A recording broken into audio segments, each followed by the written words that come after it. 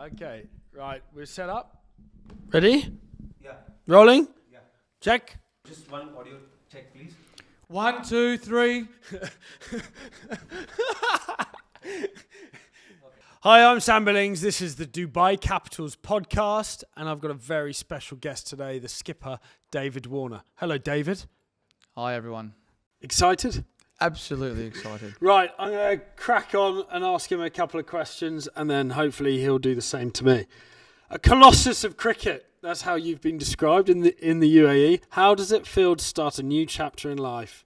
Absolutely amazing. It's fantastic to be finished with majority of my international cricket, but to come here is exciting. Get to play alongside yourself. We haven't played in the same team. You normally just abuse me. Yep. First time playing together in the team, which is exciting. And I think with me potentially leaving before the tournament finishes, I think the team will actually appreciate that because you can't have two big balls of energy. That's a lot to take in for everyone. But it's great to start a new chapter. Absolutely enjoying it so far. Nice. And T20, obviously your record's phenomenal.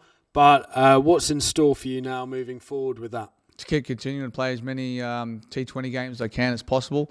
For me, it's about trying to enjoy what cricket's about. And that's about having fun and playing with your teammates. It's good fun. Yeah, so Sam, my turn to ask you a question, mate. I love this stuff. So growing up, I'm fascinated. Who was your idol? And, not just cricket as well. I want to know, is there any other sports that you idolise as well? Yeah, like my golf, Tiger Woods, pretty obvious one. David Beckham, massive Man United fan, so he was an idol of mine, hence why I like the number 7. And yeah, cricket-wise, to be honest, growing up as a kid, it's probably changed a bit when I got older. But as a kid, it was Sachin Tendulkar and Adam Gilchrist as a wicket keeper. He was probably the first one to really take the game on, so he's someone who I really idolised. And later on was A.B. de Villiers. So no English, that's great. David Beckham's English, isn't he? Last time I checked. Yep.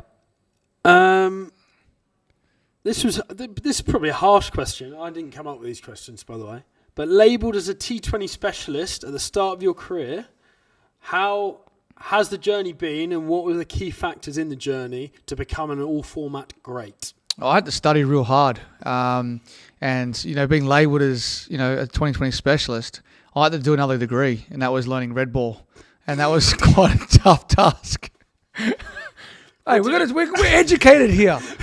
Sport is an education as well. There we go. We have to teach ourselves some lessons. Teacher. See, you got to work hard. I had to work hard on my game. But I was, you say labelled because I played my first game, on TV as in white ball. So you're going to get labelled as that because I wasn't seen as a red ball cricketer at that stage. Didn't play any first class cricket.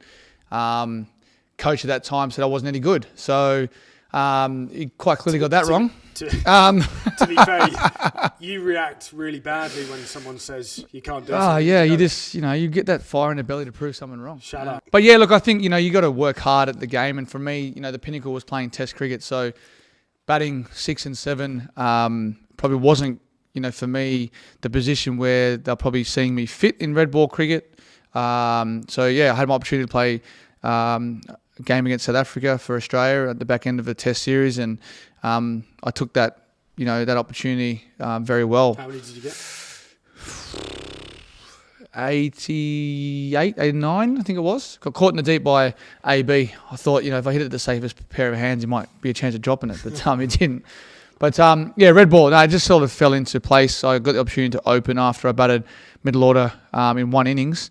And that was by chance as well. And then I had to teach myself how to bat against a brand new red ball, which was basically in real time. So it was just basically in game time, which I enjoyed. And then when you sneak off a couple of times, you don't really enjoy it, but it's about backing yourself and sticking to your game plan. And I was able to do that. In that time of your career, who were the people that helped you and also really helped nurture your game? Because I think that's really important for any young player, especially now where T20 is so dominant. Who are those trusted people around you that you kind of lent on, and have they been consistent throughout your career? Yeah, my coach at that time, Trent Woodhill, he was enormous in the way that I played and the mind frame that I was in. I think we always spoke about if I pick up length my game's in a great space, and my length is my scoring opportunities. So I'm not a person who goes out there to set to leave the ball from ball one. I'm there to actually look to score off that ball, and I was able to do that. And the wickets in Australia, unless you're playing at the Gabba and maybe Melbourne early on, you got to be mindful and watchful, and you got to play the ball under your eyes. So I always saw if the wicket was green, swing harder, and that was something I've always stuck by. And they're little challenges that you have to face. Michael Divenuto's played a big role at the back end of my career. Last 5-6 years, he was very good. Obviously went away to coach Surrey, but I was still in touch with him. Yeah. Because you have those people that are away from your game and can just have a little sneak look at what you're doing, and then they'll pick it up. Yeah. And I think that's what makes the best coaches that good. Yeah, absolutely. And in terms of challenges, what would you say those challenges were, whether it be on field or off field, in kind of certainly the earlier part of your career? It's all about that people probably don't know about it. Yeah, it's all about mindset, really. It's how you adapt on and off the field. I've said it plenty of times. You don't set out to play this game to be a role model. I just play the game because I love it. And you don't know the enormity that comes with being a professional athlete. You don't, we're not trained in the media. We're not, I was told just to tell it how it is when I was growing up. I grew up in Housing Commission, and basically if someone took something from me, I was going to get it back. It's one of those things where there's no right or wrong, but growing up where I did, I just had to go that way. And, sometimes people don't like it. Now I've sort of grown to understand that there's ways about it, different ways to go about it. But that's a strength, though, but as well. It is, yeah. Because you have to be resilient in sport. Yeah, definitely. I think with all the negative stuff that comes your way, you got to learn how to compartmentalize, and through that is obviously my family, who played a massive role in that. And then for me, playing golf, time away from the game. I think that's most important. All these training sessions that you do, you're not going to get better overnight. We've trained for so long, we've played the game for so long. So, but you got to earn that right to do that. Yep. But look, from my point of view, you're just talking about all three forms. You're someone who's eyed all three formats. What goals do you have now, and how are you going to achieve them? Yeah, I think it changes. Obviously, like you said, I definitely haven't had the test match career you had. But for me, playing all three formats for England is something you always set out to do. I've done that, and maybe at times probably haven't got the consistent opportunity I would have liked for whatever reason. But I think now at the stage of my career, you said about enjoyment and fulfillment. I think that changes different stages of life, let alone career. So for me now, it's just about winning as many competitions as possible. So going to environments where you feel valued, you feel you're playing a central part. And obviously for me, I've kind of moved away from red ball cricket now. So it's very much focused on T20 cricket to get that balance between I'm about to have a kid, and get that life balance as well. So it's far more about kind of enjoyment. I went through a stage where I was trying to do everything without achieving as much as I would have liked personally. I think it just needed to have a bit of clarity of what I wanted to do. So on that, wicket keeping and being a specialist wicketkeeper batsman, there's only one position in the team, right? So how do you tell people out there? You had Brendan McCullum and Kumar Sankar at the end of their careers do it pretty well. They stopped keeping and then went on and kept batting and playing their way and were very successful. How hard is it to just position yourself as a wicketkeeper, but then also try and concentrate on just being a batsman and saying I'm good enough to be just a batsman? Yeah. It's something that I've always had to, especially internationally. I've had probably two of the best wicketkeeper batsmen ever to play for England, in Joss and Johnny Bairstow as well. So the two of them, it's been very difficult for me to get into the side. Like I said, two of the best to have played the game for England. So I've had to be able to try and be adaptable, where I haven't just batted in one position. I've batted from 1 to 8 for England. So being able to kind of just step in and do that role, whatever, that's something that I've had to do. So, and try and be one of the better fielders on any team you play in is something that's you got to try and add as much to the team as possible. Yeah, I seen it quite a lot over my career with other teams. I know Australian cricket's probably getting to that point now where we've got a few wicketkeeper batsmen that are playing and fielding as well. It's a good thing that you say there, and a good message to kids out there, not just to sort of just work on one facet. We're seeing more keepers now being in the field and being batsmen. And going on to my next question is, you said just before you're playing a lot of cricket, and now you're playing a lot more 2020 cricket. How do you remain fresh, and what mindset do you have to be in to actually be up and about when you're playing for different teams? You could be playing for 3 or 4 different teams. You go in, that's done, move on to the next one. How do you stay fresh, and how do you stay engaged with what is happening? Yeah, a similar question, which I'm going to ask you as well. So probably answer this at the same time, in that we both like our golf, and you mentioned it earlier about taking steps away from the game and actually having days off.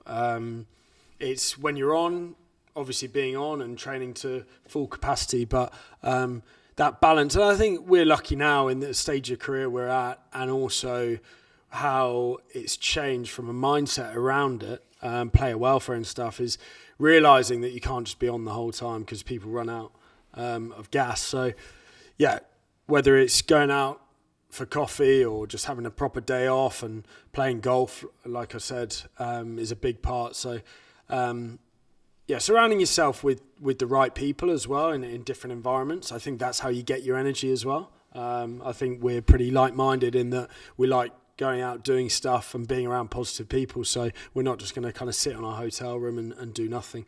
So for me, that's how I kind of stay fresh.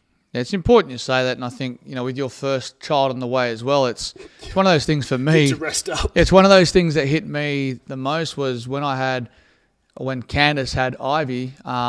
Your world changes, and you actually it slows you down because it forces you to actually have that break and spend time at home.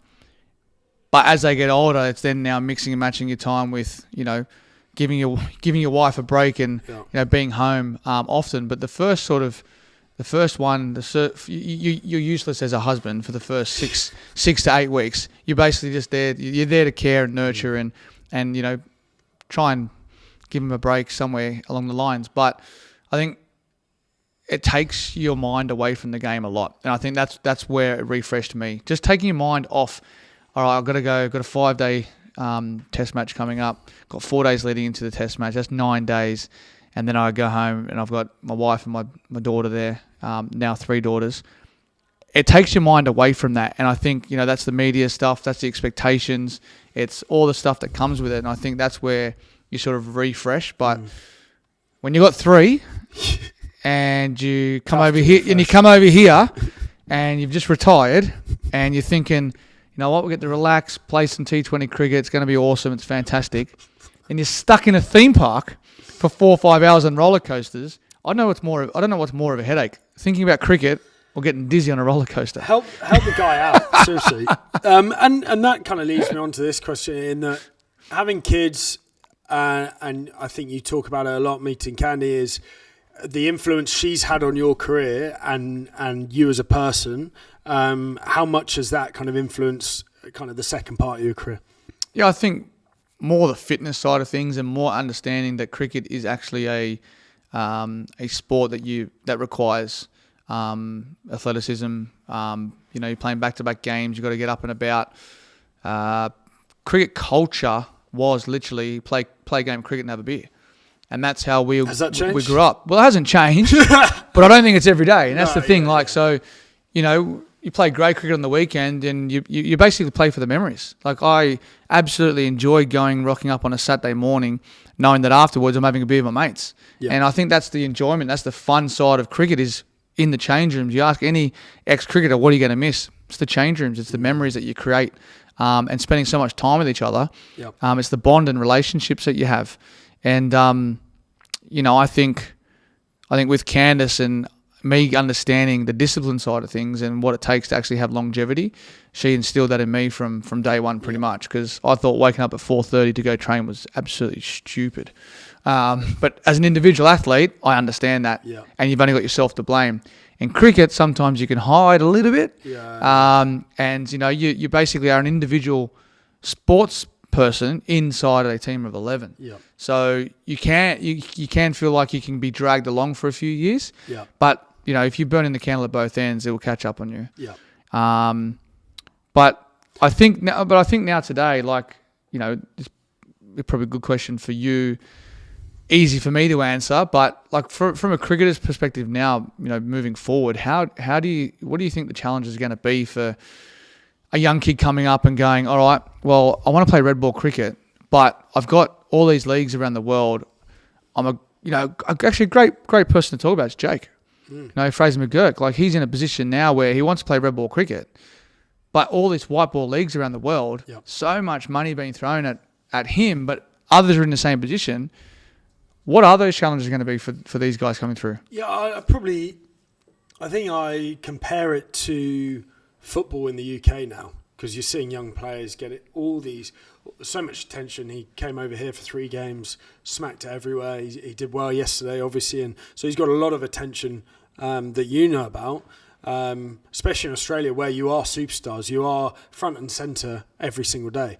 I think you've got to have good quality people around you, and I don't think necessarily we're seeing an influx of people come into cricket because of the money, and I don't necessarily think some people have their best interests at heart. It's actually setting out, getting to know Jake, for example, and working out for him what truly is his passion, what truly is what he wants to achieve in the game, and working a plan out, probably a 5-year plan of going, where do I want to be in 5 years' time, and kind of piece that together. He's going to have opportunities, a long list of them, for the next few years at least. So I think it's being really careful and being really specific about, what opportunities you want to pursue, because the ramifications down the line. I had, my first IPO in 2016. I went down the full white ball route at that point in time. Do I look back and think I could have done it differently? Yes. Would I regret it? Have I regretted it? No. But at that point in time, the opportunities for me were in the England team, in the white ball side, and he's got to work that out as well. Is he going to break into the test match team? Because ultimately, for young players now, if you're not going to play test match cricket, really, you're probably going to go white ball only pretty early on. I don't know. There's someone like Tim David. Tim David's a perfect example for Australia. Like, he just went white ball and then got selected for Australia through all the other leagues. Yeah. Which is another way to go about it. Same as Chris Green. He was the same as well. And now, ironically, he's now playing 4-day cricket. Yeah, he is. Yeah. And I think, for me personally, red ball actually helped my white ball game, because if I wasn't going good in the white ball, I could come back and just take my time in red ball, and then go back and play a 1-day game. And it's actually playing the same way. So I went the opposite, where I went 20-20 cricket, bang, bang, bang, bang, playing a 1-day game, went bang, bang, bang, and they're like, oh, you got time. Yeah. And I'm thinking, what do you mean I got time? So I look at Jake yesterday. They're only chasing 80, but he's 40 off 16 balls or whatever it is. Yeah. But that's how I saw everything was, 15 overs. At that stage, it was 15 overs. Let's get as many as I can. Yeah. But that's the way the game's being played now. So back then, it was almost like I got 3 or 4 games, got a couple of runs, but they didn't see me. They saw me as a white ball cricketer, but I had 18 months off out of the team. But then I made my test debut, and I found the balance. I could play the same way in 1-days as I did in test matches. So I had to work that out. Yeah. So I actually end up probably thinking I've had a more successful 1-day career, because the other two sort of counterbalanced it all, and I was fine. But yeah, look, I think also the other challenge is the contract system that you have.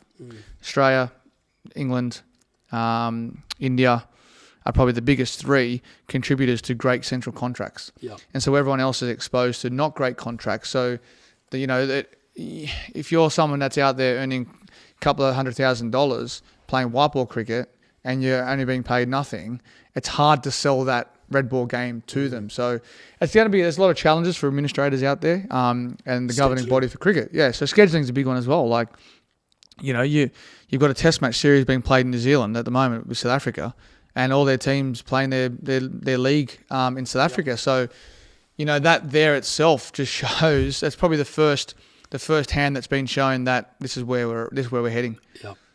Yeah, absolutely. And no, it's a challenge. We're probably in the biggest flux period of cricket that we've ever seen.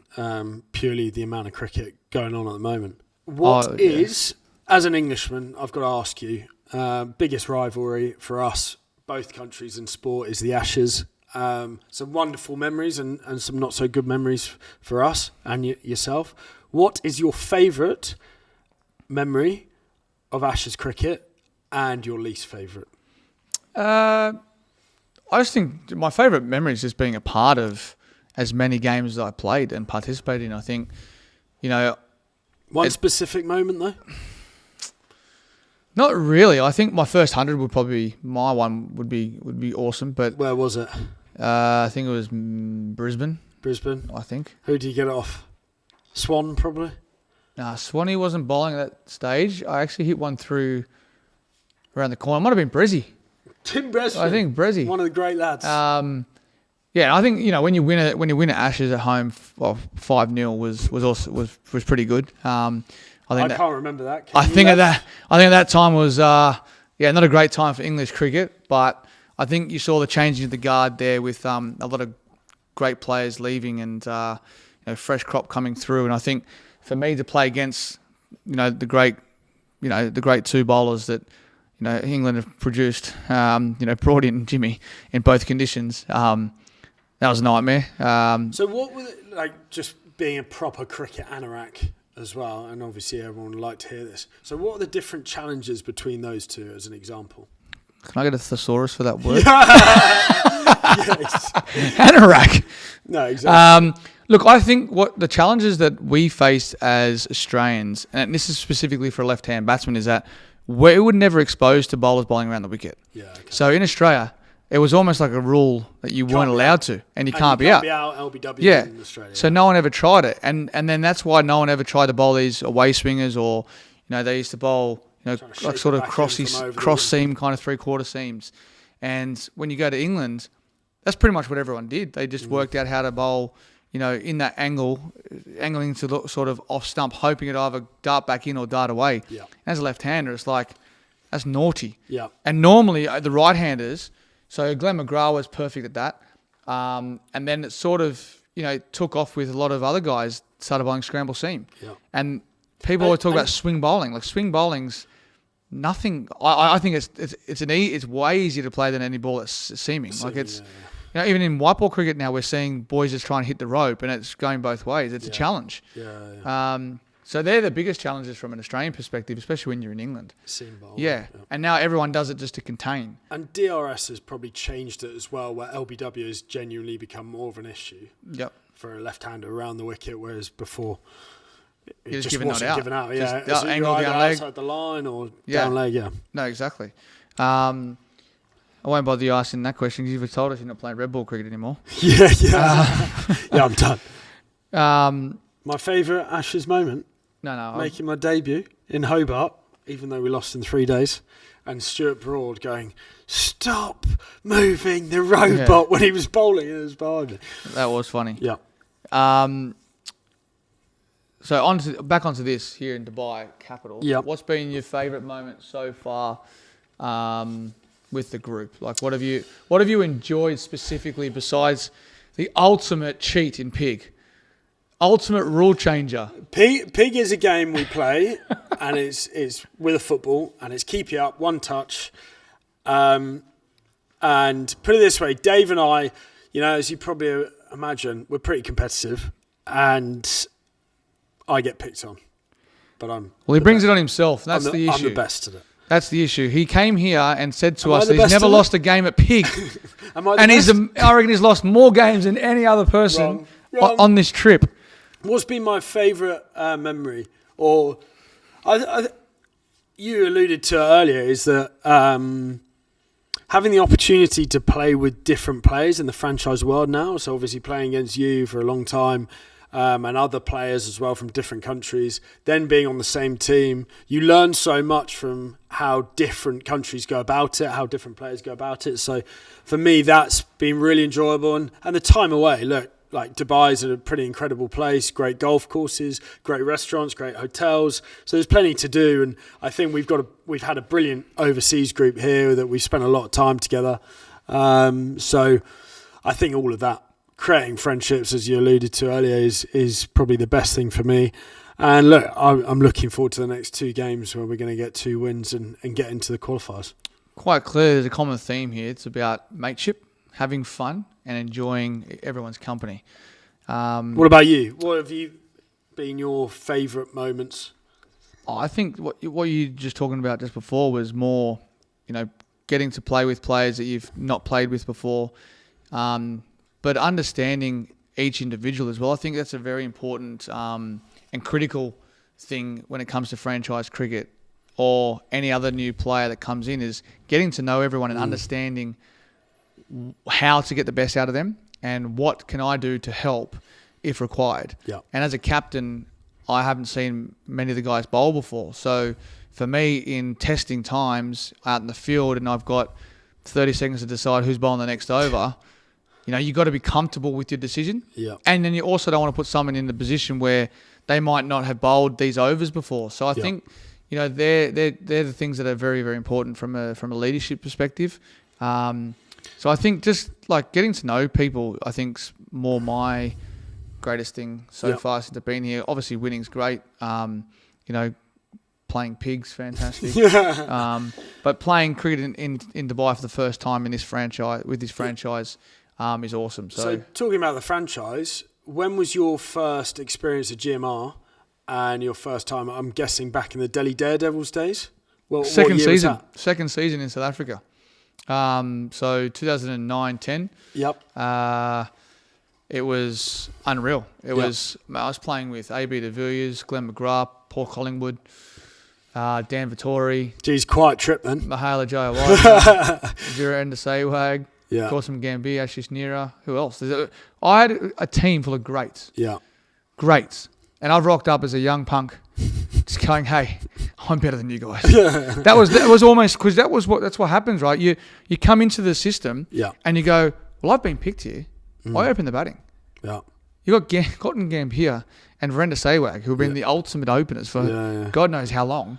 And you got this young punk from Australia who's just started hitting the scene, and they're going, hey, mate, you're opening the batting with Virender Sehwag. Well, I don't want to upset the apple cart here. Yeah. If these two are the opening batters, then let them go. It was so surreal. Yeah. We had one of the greatest teams on paper. How did you get on? I think we made a semi-final once or twice, but we just didn't have that winning aspect in the crunch moments. And I think that's where we fell apart. But to be part of that as a young kid, it instilled in me that if you want to be a great player, this is how they all train. Yeah. And at that stage, it was about what they needed. Yeah. And that's where I'm at my stage of my career, but they've earned that respect. Yeah. So now it's about us, and this is probably leads into giving a little bit of advice back, is as a young person coming through, it's important to get what you need, but you have to do the hard work. Yep. If you don't do the hard work out there, you might as well just stop, because it won't just happen. Talent will get you a certain place in the sport, but it won't make you a great at the game if you don't put the hard work in. Yeah, and just with GMR, big shout out to Kieran. Obviously, he's looked after us. My first IPL with Delhi was in 2016 and 17. Kind of just a word on them and Richie. And Richie, obviously, who's now taking the reins as well and helping. But Kieran, obviously, from day one, just kind of thankful for their support and everything they've done for us over probably 15 years now. A long time, and I think I've said this before, is that once you're part of the family, you can't leave. You just can't. You Exhibit A. They just always make you feel like you just want to come back. And I think Kieran is a big teddy bear. I love him.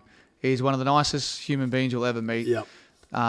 He always gives great sound advice, and you always just want to listen to when he talks. Very calm as well. Very, very calm. I've never ever seen him have a grumpy look on his face. He's never frustrated. He just doesn't show any signs of being angry. Yeah. And then Ruchia, I met Ruchia, I think when he was 6 or 7 years of age, and now he's my boss. So it's the times have changed. Yeah, shows how old you are. And I'm listening. Can't tell he's old, eh? Can't tell. Bit of help, I think. No. But no, everything's great. But and look, I think out there, the fans, Dubai Capital fans, thank you for your support. Really appreciate it. Thanks for turning up.